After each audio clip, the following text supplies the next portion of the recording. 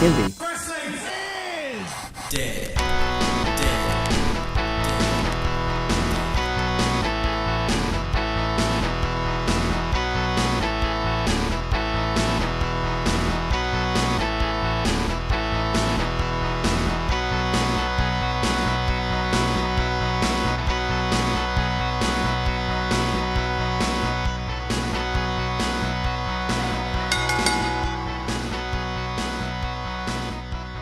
Well, welcome to, I guess it's episode 10 of Indie Wrestling is Dead, and I'm here, Andrew Bowers, and I'm still in North Shields. I'm still in my daughter's bedroom, because I still can't get internet in the spare bedroom. Joining me from, I think, in Corona jail still. Can you hear me? Is that Mr. Tom Campbell? Are you there? Ah, Mr. Bond, I've been expecting you. What the fuck has happened to Pablo? He got a weird version of the coronavirus that just makes him inflate. And look who we've got on the line with us today. Can you fucking believe it? It's the man who invented wrestling. It's Vince McMahon. Fucking hell. I got a coronavirus. Oh my god. Are you pregnant or not? Oh, is that what it is? I thought it was a temperature thing. Where's that been? That's fucked up, that, mate. Oh dear. Oh dear. As you can see, we're still locked up. It's getting weirder out there. The intros ain't so good. You're selling it already. What's that say? I missed that. I was listening. Say it again. Well, The intro, get fucked up, and the intros ain't so good. I just can't stop looking. The problem with these videos is I just keep looking at Chop. And he's fucking around like an idiot with fucking pregnancy tests in his mouth. It's put me off. It's put me off. So I tell you what. So what we're going to do is we're going to quickly jump into Grapple and their clothing sponsor spot. A quick mention for them. Our ally on the front line of BritRest, Grapple Clothing. It's a really fucking difficult time for everyone, as we all fucking know. But Connor is being really sound over at grappleclothing.co.uk. He's giving everyone 25% across the board discount with the discount code. Tell them how. What? I don't like Mondays. 25 off is the discount code at grappleclothing.co.uk. What is that code? 25 off. The code. What is the code? Give me a Westwood. We've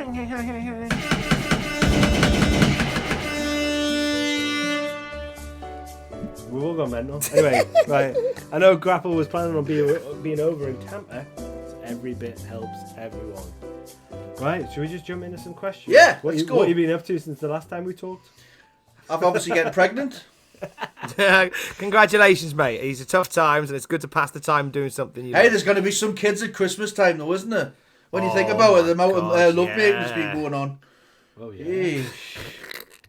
Just up Chop Street more than anything. I went into Morrison's the other day, right? And I was dying. No, they weren't doing it in Morrison's. No, not like that. I went to try and get some toilet paper. In the empty shelves. I went to get some toilet paper, and there was none on the shelves, so I went down to the clerk. I says, "Where's the toilet paper?" She goes, "We've got none." I says, "All right, fair enough." So I had to walk back to the toilets with the pants around me fucking baby ankles, you know what I mean? Not on, is it? Tip your waiters. Fucking hell. Don't forget to tip your waiters. Have a great night. Enjoy the meal. Next. Fucking hell. Oh, by the time this goes up, question, I'm hoping that Coronavirus is gone. It's gone by, hopefully, by the time this goes up. Hopefully. If this ever goes up. All right, so first question. Nathan Coulson on Instagram. What do you think of the pedestrianisation in Norwich City Centre? I'll be honest. Helps us access to Dixon's. I'm dead against it. What do you reckon, Chuck? The fuck does that mean? I don't know big words. I knew he wouldn't get it. Let me guess. Let me try and work out what this word is, right? This will be fun. You don't even know what the word is. Pedestrianisation. Yeah. Stranisation. Well, we know what pedestrian means, but what does the stranation Right. of a Norwich? People are walking too fast down the street. There's too many people on a fucking street. This is a shoot, cowboy. I'm gonna fuck. What's pedestrianisation mean? Tom, I didn't go to uni, man. I was very lucky I went to high school, mate. Pedestrianisation. It's an Alan Partridge quote. Oh, fucking student uni jokes. I don't get it. It's a scheme by a council that allows access to Dixon's. Dick, what? Dixon's is a shop. Oh, right. I thought your stream went a bit funny there. I heard dick. Like government. What? It's going to be in the edit, isn't it? We are day 2 into coronavirus lockdown, right? This is the content that we're putting out. We're winning an award this year. I don't give a shit what anyone says, right? Right. Okay, we're going to give you a real question here. And this was asked on both Twitter and Instagram. What were your favourite wrestlers growing up? Tom, you go first.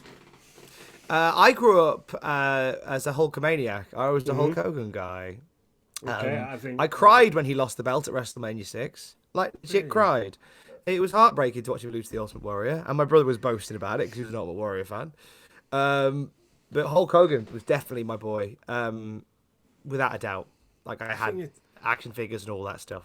Hogan, I think it's difficult, like, to not have been a Hulk Hogan fan. We're about the same age as well, so like, I think at that time it was like, I mean, it was so rammed down your throat as a kid looking back. It's like, you don't have a choice, but yeah, like, I think Do you I think cried if the fans of wrestling had been the sort of fans that they are now, would Hulk Hogan have lasted the way that he did? Because, like, obviously now, like, the wrestling fans through social media and other things, they're a bit more savvy and they kind of know when they're having something forced towards them and they will reject it. I'm curious as to what a Twitter savvy world would have made of Hulk Hogan. Twitter savvy world wasn't patient enough. I mean, back then you could do a whole 12-month bloody rivalry that would culminate in a WrestleMania match for 12 months.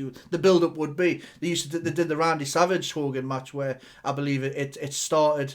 Well, obviously they had the Mega Powers joined together, and then Survivor Series was like the first little inkling of that breaking up, and then it didn't take till WrestleMania before the final match came. So I mean, that was a massive build. I can't see that lasting now.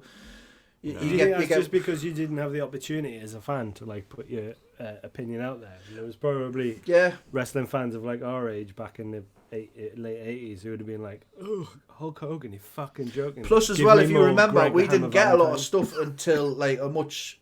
We didn't get when we watched WrestleManias, it was all videos from like Blockbusters and that. You know what I mean? Yeah. So it was different for us. I mean, we didn't have. You wouldn't think of watching a pay-per-view WrestleMania until 9 was maybe the first one I watched. Yeah, probably, even that was recorded. Yeah. You know. But I think if you look at like say Cena and look at the rise of Cena throughout the 2000s, I've been watching that Ruthless Aggression. Oh, insane! Documentary. Brilliant. So good, really, really, really good. I love that, like, because I love the Monday Night Wars documentary that they did. And then the Ruthless Aggression was really cool. And when the John Cena one, I was like, I didn't really watch wrestling at this time. So I didn't really see the rise of John Cena. It wasn't really like, I wasn't really that invested in it. And then seeing it back, you're like, oh yeah, people fucking hated him. And then absolutely adored him. To the point of where it was like, it's not like Hulkamania. Like, will you get Beatlemania again? Will you get Hulkamania again? Will you get anything like that again? I think Austin was close. Yeah, probably. But he was a completely different character, though, wasn't he? But he wasn't for like. Would you say Austin was for like 5-year-old, 6-year-old, 7-year-old kids? Well, if you remember going back to some early days of Raw, there's kids dressed up as Austin with the black vest, I don't the think jeans. Austin was the same as Hulkamania though. No, he wasn't the same. Nowhere near the same. I don't think it was the same as Hulkamania. Was fucking insane. I mean, Austin, I think made more money at the time. I would say. I think for me, yeah. Well, I don't know. No, what, more than Hulk Hogan? Yeah, because if you think about it, it took WWE from what it was in the 80s. It was big, and then in the late 90s, it was just insane. If you look at the numbers. It was big in the 80s, but it kind of took it from sort of for lack of a better term, like an indie kind of sport, and it made it like this global monster. Like it wasn't until Hulk Hogan became a thing where you had like massive sponsorship deals, an entire wrestling based cartoon series. You know, it didn't bleed into the public conscience as much as it did before Hulk Hogan came along, where it became just like Hulk Hogan became like it's a cliche, but he was a household name. Yeah, he was. Yeah. A lot of people, when you say wrestling, they'll say, "Oh, that thing that Hulk Hogan does." They don't really. I get that point. You know what I mean? Yeah. Yeah. So, what about you, Chop? Who was the one that you? Well, I was a Hogan guy, but I was also a Warrior guy as well at the same time. I mean, 6 would have been tough for you. It was very tough. That I'd agree with you. Like torn between two lovers. The Ultimate Warrior, like the colours and just like the energy that came off Ultimate Warrior, it was like. But I was also a massive Legion of Doom fan as well. Yeah. When that music hit, it was just Randy Savage fan, I think. Yeah, Savage, another one. Yeah. Mm. No one ever says Virgil, does it? Nobody ever says Poor Bushwhackers. Is there anyone? What was it like? Here's a question, just to lead off from that. So, say now, like I'd say, as a wrestling fan, and as an adult wrestling fan, you tend to go for the people who maybe have a bit more of an edge to them, or like they're a bit cooler, or maybe a little bit more depth to them, or it might not be as polished as say a Hogan or a Cena or a Roman Reigns or something like that. Who would have been back in the early 90s? Who would have been the Indie Darlings fan? Like, who would you have been a fan of in WWE? Give us a year. Give us a year you're thinking of. Let's just say, I don't know. Let's just say, like, let's go eras, and let's go. What do you call the Mega Powers era, like the Hulk Hogan, the golden 90s? era, the MTV era. Yeah. So of that era, who would have been the Indie Darling then? Like, I've got one. Tom, who you got? I'd say Mr. Perfect, surely. Yeah, I'd say Ricky Steamboat. Ricky Steamboat, yeah. I'd have said. I think to an extent, Savage. Yeah. Like Randy Savage, who up until WrestleMania 4 was like the Intercontinental Champion. Yeah. So he was the guy. He set the tone, didn't he? After the third of WrestleMania 3, that like this Intercontinental Champion is that sort of standard. It's the That's where they workhorse go title. forward. Yeah. I think Randy as well. When you watch back Randy's matches, and even though he put them together like in a way which is just like nobody else does or has done before, and like everything was like, don't go away from what we talked about before. There's no ad-libbing. You watch his matches back, and you're like, what the fuck? Like, honestly, he was way ahead of the curve.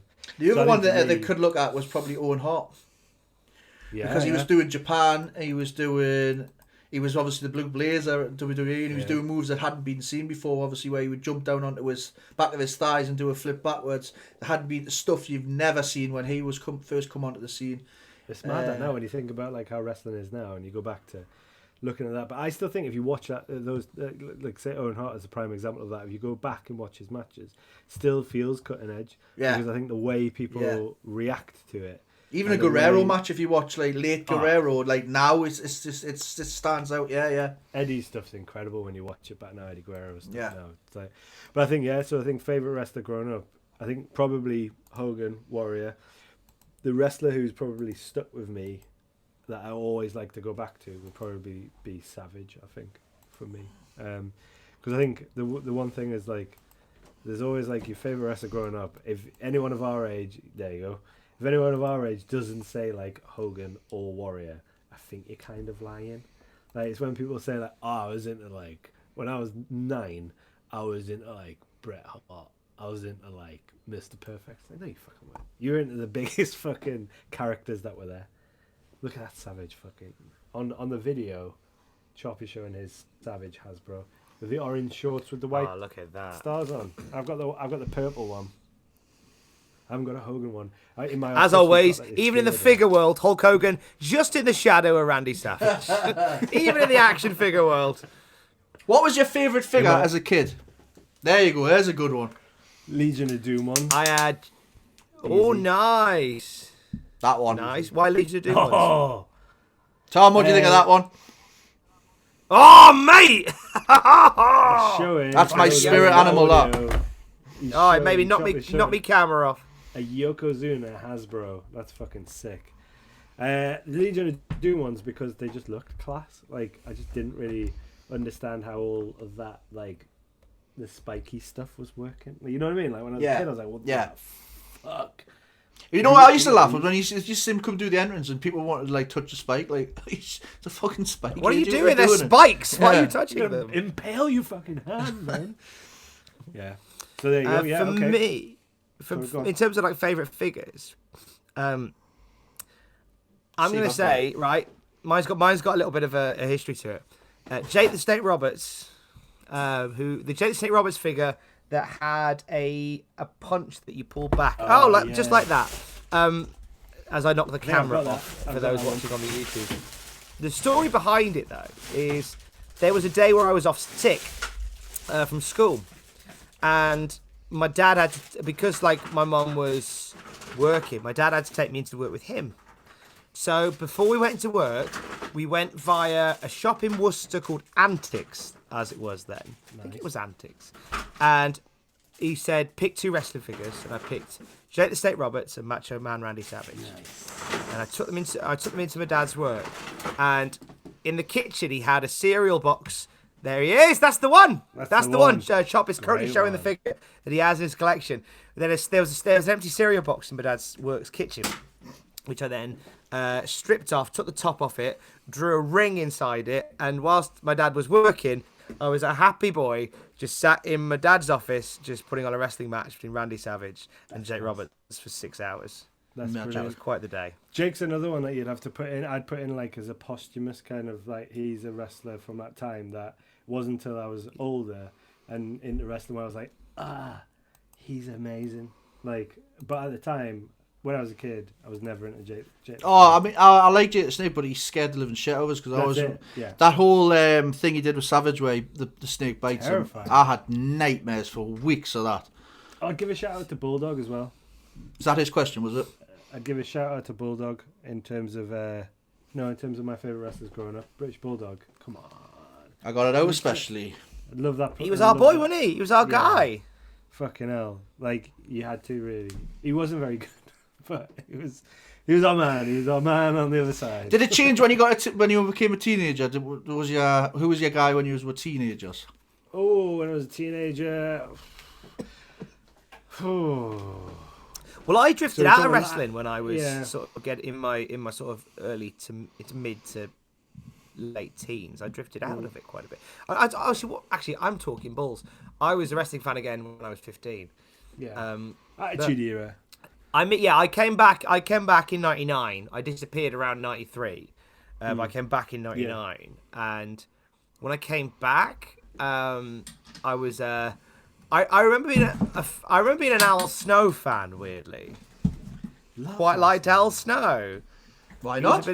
He was putting on these great hardcore matches on Raw at 99 that was just like... I think in 99 when you're a lapsed wrestling fan and you remember seeing like Hogan and Warrior have this colossal tussle at the Sky Dome WrestleMania 6, and then next time you dip back in, and there's 2 guys fighting around the arena, into the parking lot, into the river. Like, that's cool. That's different. And Al Snow was like leader of that kind of movement in my eyes. He was like super over at my school as well. Like, everyone would do the "What does everybody want?" Yeah. It's fucking like everyone was massively into it. So who was yours? Not knowing the connotations. So for me, I think it'd have to be Mankind, Mick Foley. Like, I think there you go. Yeah, Cactus Jack. Like, I think, look at that magazine, man. That is in pristine condition, that mate. Ah, mate. I'm bored off Kirby, but I think it's I think from his books, like, to just everything he was doing on Raw at the time, like his vignettes as Mankind when he first came through. Like, I'm not gonna pretend like I wasn't really massively like into him when he did the stuff in the boiler and when he first came like through. What, 96 Mankind? You didn't like that, no? I just wasn't into wrestling at that time. Right. I don't think really. I didn't see a lot of it. I didn't have cable, so if you get a chance now, go back and watch it because it's insane. There's a match he does with Michaels, one of them, which was one of the greatest matches ever. But he changed. Is that Mind Games? Yes. He definitely Mind changed Games, wrestling, 96. though. Like, he was from his style of wrestling to that, bringing that hardcore like Japanese style. He changed Western wrestling, should I say? Like, we're bringing that like hardcore wrestling style over to like a mainstream audience, obviously, but just like the character work he did. The Three Faces of Foley stuff was like when he did that sit down interview with Jim Ross. Unbelievable. Yeah. Blew my mind. I tell you who I always really liked as well, aside from that, was Jericho. Always a big Jericho fan. Like, I'd honestly put, like, Jericho and Angle. Did you see Jericho before for me. WWE or? I didn't watch a lot of WCW. I think the only WCW that I would have seen, and ECW, I don't think I saw him on ECW. I think the only ECW stuff I would have seen would have been like, I think it was like Heatwave 98 maybe or something like that on a DVD. I don't know whether he was on it. Like, but the only WCW I saw was it Thunder that was on ITV at like midnight or something. Right. Like, I don't think I watched a hell of a lot of it. But when I knew of him, and when he crossed over to Raw, when he came to Raw, that was... As soon as they said Jericho on that Titantron, you knew straight away who he was. Yeah, and like I remember watching it. It wasn't on live, but I remember watching it when it was on Sky Sports at my mate Gil's house, and when it was like the countdown, it was like, and that it's like chasing the dragon. It's like that's what I'm always looking to try and get is when he came back, and I still remember that like hugely, like that when he debuted on Raw. But I think it's Foley. It's got to be Foley. Yeah, I mean for me it was Mankind. I did have a big period of loving Stone Cold, and I was going around stunning everyone from my grandma to my friends. But no, for me, 98 King of the Ring Mankind. When people asked us why I love wrestling, it used to just be like watch that and tell me when you know they say it's fucking fake, whatever. I said, right, okay, watch that and tell me you couldn't do that then. And the drama in that match, the whole, I could sit here and talk a full episode about that one match that changed. That cemented my love over these 25 years of wrestling. It's just that one match is what just cemented it, and was like, yeah, I'm in here for life now, like because of that. Yeah, and he crossed over massively into the mainstream as well. Like with his books, obviously, but like it was my brother is not a wrestling fan, and his girlfriend is not a wrestling fan either. But they were watching like the top 50. I think they were just in the other day, and they were watching the top 50 like amazing moments of WWF on fucking YouTube or something. And they said they were talking about fucking Mick Foley. I forgot how amazing Mankind was. Like I absolutely love Mankind. Like I've always wanted to like. You know, Tom got to do it last week, but like we've all wanted to be wrestlers, and there was always one match I always wanted to do, and that was the one from 14 where they did the bins. What's it called in America? The dumpster match. Dumpster match. I always wanted to do that and recreate. The Terry Funk one. Yeah. So basically, back in the day when we were in high school, now we used to do backyard wrestling. Everyone used to wrestle, like we all do. Well, we found a dumpster and we just perfected the exact same way they did that match, and we move for move, and I was like, if I ever get into wrestling, that match is the one I'm doing. That's cool. That is really cool. I'm going to also give a shout out to a wrestler and a figure that I fucking love. Let's see if I've got my it. grandparents got. I've just noticed like that I've forgotten this guy. Couldn't believe I forgot this guy. My grandparents got me because they're Scottish. It's a very famous Scottish wrestler, Roddy Piper. Ah, of course, that famous Scottish wrestler. Roddy Piper, Roderick Toombs. Born and bred in Scotland. Scottish. Did you get behind Roddy Piper because there was a Scottish connection? Yeah. Was that part of it? My mum's Scottish. My mum's side of the family are all Scottish. How come you never wore a kilt on your wedding day? Because I'm half Scottish. Could have worn half a kilt. Could have, yeah. Could have worn a short skirt one. My Get family. Get them thighs out, foot lads. Tell you what, I did. I looked at it. Do you know? Do you know how fucking hot they are? Oh, I could imagine. Like the hot full mate. getter. I was like, fuck that shit. I said to my mum, and I was like, oh, should I get a kilt for the wedding? And she was like, nah. Our family have never really been kilt kind of family. Also, really fucking expensive. Yeah, really I could imagine. Could imagine. And It's also, it's funny, like the whole thing about how Roddy Piper is considered a Scottish wrestling hero. I recorded an episode with Desert Island Graps t'other week with Carlos Romo from Team White Wolf. Yeah. And he was telling, I asked him like growing man. up, he's beautiful man. If it's available now. I asked him about Spanish wrestling heroes that you had growing up. And he said there wasn't any, but we all gravitated to Kane. Because Kane was born on a military base in Madrid. So that was enough for them to go hometown Kane. And whenever they did house shows in Spain, Not El Matador. He was not even Tito Santana. No. I thought, no. But like, anytime there was a house show in Spain, the main event would feature Kane. I'm a poet and I didn't know it. And there would be loads of signs saying, welcome home, Kane, hometown Kane. How amazing is that? The rain falls mainly on the King. Oh my God. So it's just funny how he connects with Roddy Piper. A lot of people get behind him because he's like, Scotland's boy via Canada. Or the British Bulldog, and then he opens his mouth and he sounds like he's... Bradford, he's Manchester, Sheffield. Where else is he from in England? Just Leeds. the north. He's from the Leeds. north. He's built from Leeds for a while, but he's like... But then he opens his mouth and he has that American Yorkshire accent. It's fucking weird. Let's see. I've got a little question for you bizarre. and see if you can get this. There's two people in the wrestling business that has been billed from Newcastle that have appeared in either WWE, WCW, or ECW. Who's the second one? We all know who the obvious one is. Pac, obviously. Mm-hmm. Second one from Newcastle. Axel Rotten. Damn it! Tom, you've nailed it. Axel Rotten. Nowhere near. Axel Rotten's out from Newcastle. Yeah, no, I don't think he is. He was just billed from there. Why? What? Why? Yes. So, I'm watching an ECW DVD, and it's the famous Taipei Death Match with Ian Rotten against Axel. Look, he's Googling it now. I'm defo Googling why he's from Newcastle. It's either Ian or Axel. I think it's... Anyway. Yeah, Axel Rotten, that's all right. On the announcer, he does say, from Newcastle, England. And I had a spit take. I was like, what? Billed from Newcastle, England.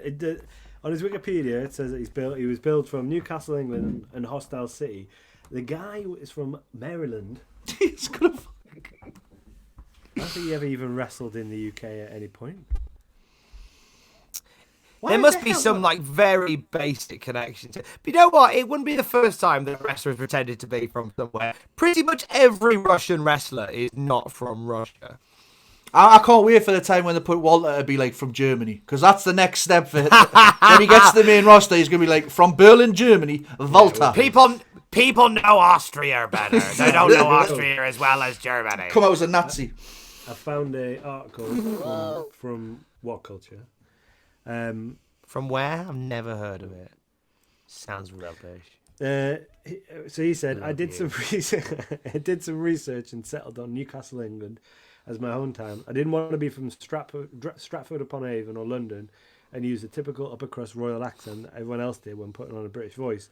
I wanted to be more of a fuck you mate, what you talking about? That's spelt phonetically. Kind of guy. Brian Johnson from AC/DC was from Newcastle. That's the and connection. described it as a gritty, grungy place, which is exactly what I wanted. A real industrial, blood and guts working class town. First time I met Adrian Street, a veteran British grappler of the world sport era who would moat the States, he said, so what part of the country are you from, my love? I flashed him a smile and said, Baltimore. He was stunned. Baltimore? You're not from England? He was so amazed he called over his manager wife, Miss Linda, to tell her he's not from America. He's from Baltimore. So there you go. Wow. I like that. It's kind of. I enjoy the half research into that. Is he still alive? Where he's gone. I need like a. Oh no, he's no longer with us. No I think. longer. No. I might be wrong. I like the half research where it's like I need to sound like I'm from a working class town. Like, all right, governor, come on, Xavier, Newcastle. That'll do. Do you want to listen to somebody from Newcastle? Do you want to listen to somebody from Newcastle? Nah, mate, I'm from fucking Newcastle now. Do you want to stop? You're stopping the research dead there. All right, fine. I'm from Plymouth. I'm from the northeast of England, Plymouth. Could you imagine though someone who had like a proper, very strong Geordie accent doing like the height of WWE? To hearing that accent on WWE telly, because Pac didn't. Pac sounded like what you sound like, Bowers. You know, a posh, time out tough sort of like accent. You haven't got like the fucking. No, you're not Scrum Shields. No, you're not that. I'm from West Monkseaton. That's where I was born and raised in the dirty tracks of West Monkseaton. Mate, that's like born and raised on a playground where I spent most of my days. Most of my days. Yeah, I love it. I love the half research. Tom, West Monkseaton is like really posh upper class. Don't let him bullshit you. Have you heard though? Yeah, whatever. It is. Moving on. It is moving on. Langley. Yeah, that's where I went. Middle class through. All right. Anyway, moving on. Have you ever seen the video of a show called Castle, where they had a Geordie? We did a whole bit on this when I was on Heart years ago. We did a whole bit where we played the clip, and then we reversed the roles. So we got 2 Geordies and an American. Yes, I have seen this. Right. All we'll say is Chop. Just put a little clip in if you can.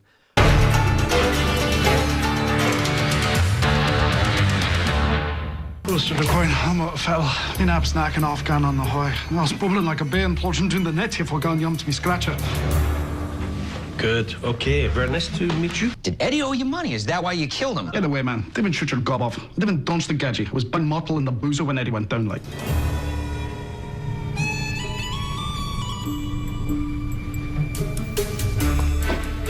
This guy is from England. Why doesn't he speak English? I think I know just a person to ask. Hey, down the gate for Snell. Round the doors to Felton. Way I cannot forget it. He's a Geordie from Newcastle. Though technically English, the language has evolved to include a certain unique vocabulary and grammatical structure. I can translate. You threatened to kill Eddie. I sent the gadget the message. Maybe since I get in proper Reggie like. Oh, he says that he only sent Eddie the text message because he was furious. Eddie asked us for the borrow gypsy motor bogey mount. About 2 neat ago it was. He drives a gypsy cab and Eddie asked to borrow it 2 nights ago. But gone noon, when the gadget done give it to us back, it was right hacky with bullets mine. Oh, goodness. Certain ravers shot were bogey. So when Alistair got the gypsy cab back the next morning, it was riddled with bullet holes. So someone shot up your cab. Aye, got me right, Reggie, like. Eddie dealt us. He meant for it to give us proper culturals to fettle it, but the Doyle didn't arrive. That's why he was so livid. Eddie promised that he would pay for the damage, but then he didn't show up for class. I thought Eddie gone to ground. So I fast up law like. But I didn't even mean it, man. He thought that Eddie was trying to dodge him, and so that's why he sent him a threatening message, but he swears he didn't mean it. He's just really pissed off. Let's assume that Alistair is telling the truth. Do you know where he took your cab? Do you know if he was meeting someone? No, that lady Chava done got himself dead. Oh, wait a minute. Here's a D2 man. Do you know what's Labuza? I'm clamming for to get some kind of Sorry, can't help you. He's in your bite. He's a Geordie.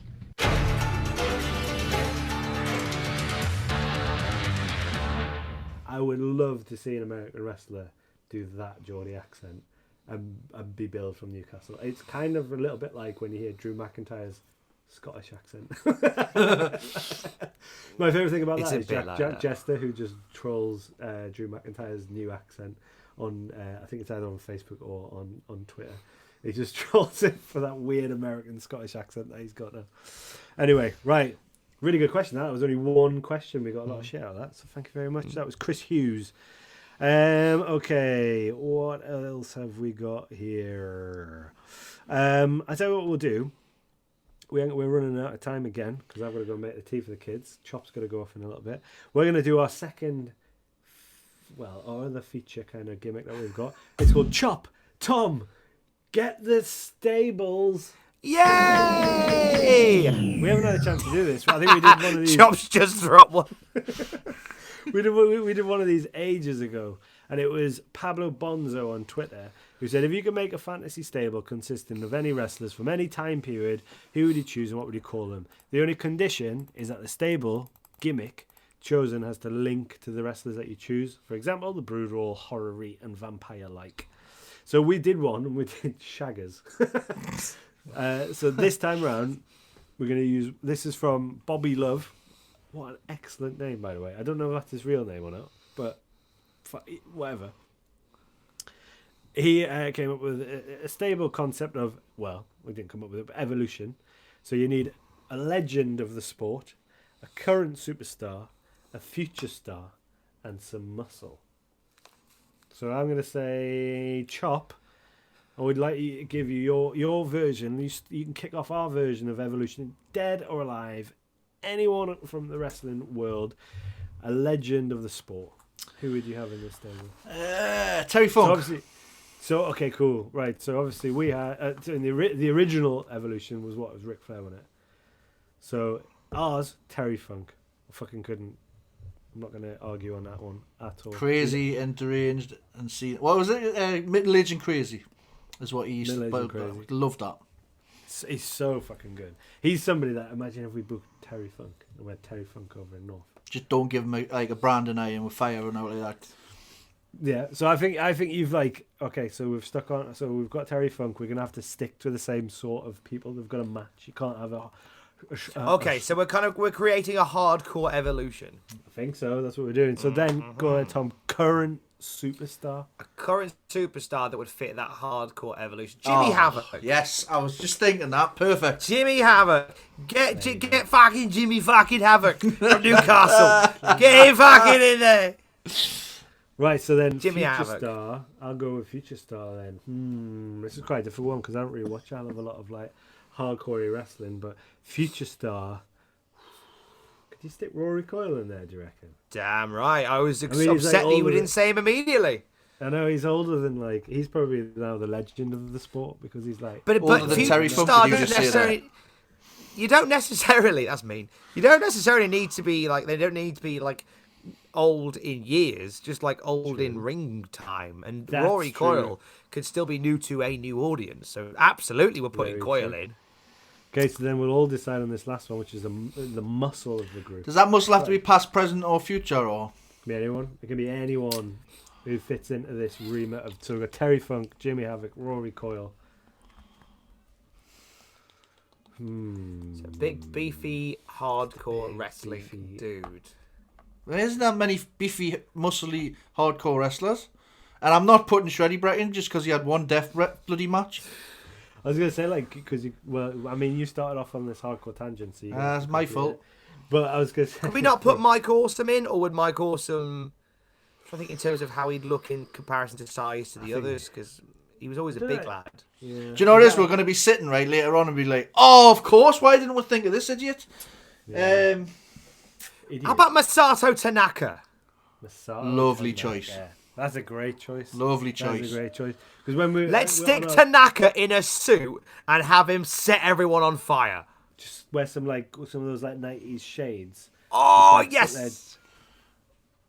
Oh, Yeah, there you go. So we got yes! Terry Funk, Jimmy Havoc, Rory Coyle, and Masato Tanaka. That's a fucking. What's that theme music?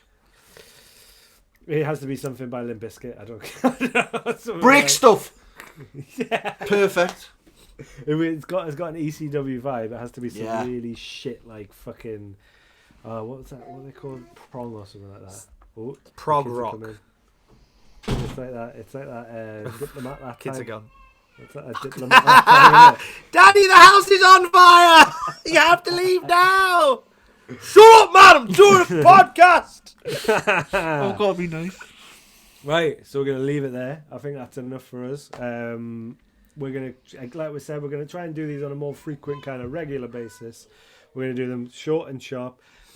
We want as many questions from you guys as possible.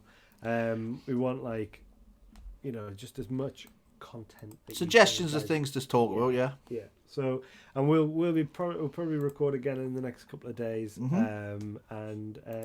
Just reach out, like we said before as well. If anyone's struggling with any kind of mental health stuff or they're feeling isolated or whatever, get in touch with all of us. We can put you back in touch with other people. Like, we're all there. We're all in it together. Okay. We're all in it together. Yeah. So episode 10 of Indie Wrestling is Dead. It's donezo. You can find us at North Wrestling NCL on Facebook and YouTube, North_NCL on Twitter and Instagram, northwrestling.pivotshare.com to subscribe to our on-demand service. Hello. Oh, for fuck's sake. And Andrew at northwrestling.co.uk. Any correspondence. That correspondence Shut can up! be... Dad of the year. Oh, hey there, Dad of the I'm gonna year. stick Oh this. my God. Where are you going to put that pregnancy test? Happy isolation, everybody! Bye, everyone. Happy, Bye, everyone. happy isolation! Don't go crazy! Get the fuck out of here! Send us... Yeah, see you later. Bye.